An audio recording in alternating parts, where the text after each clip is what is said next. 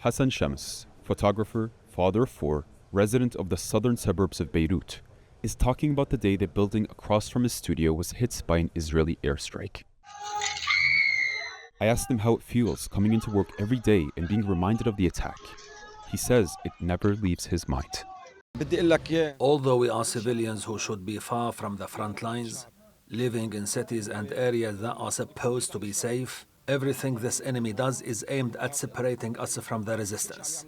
But that is impossible. Not just difficult, impossible.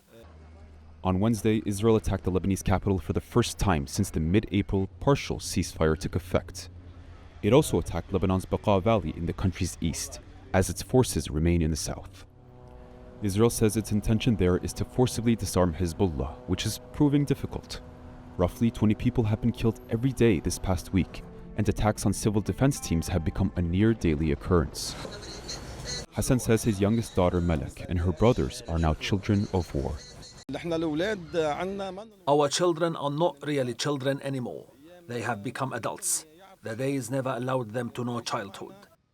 Meanwhile, Israel's Prime Minister Benjamin Netanyahu has said no terrorist is out of reach, opening the door to more attacks on Lebanon's capital.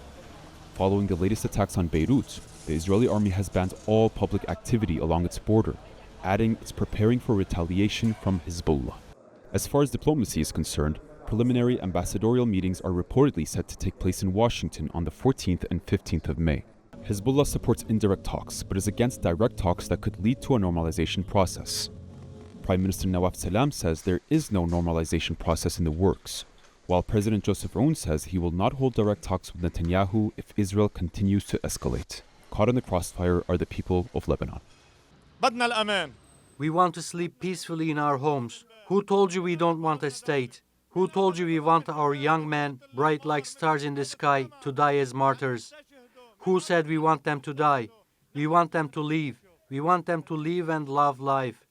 But with no sign of de-escalation, the fear is the complete collapse of the ceasefire, and Beirut, once again, turning into a war zone.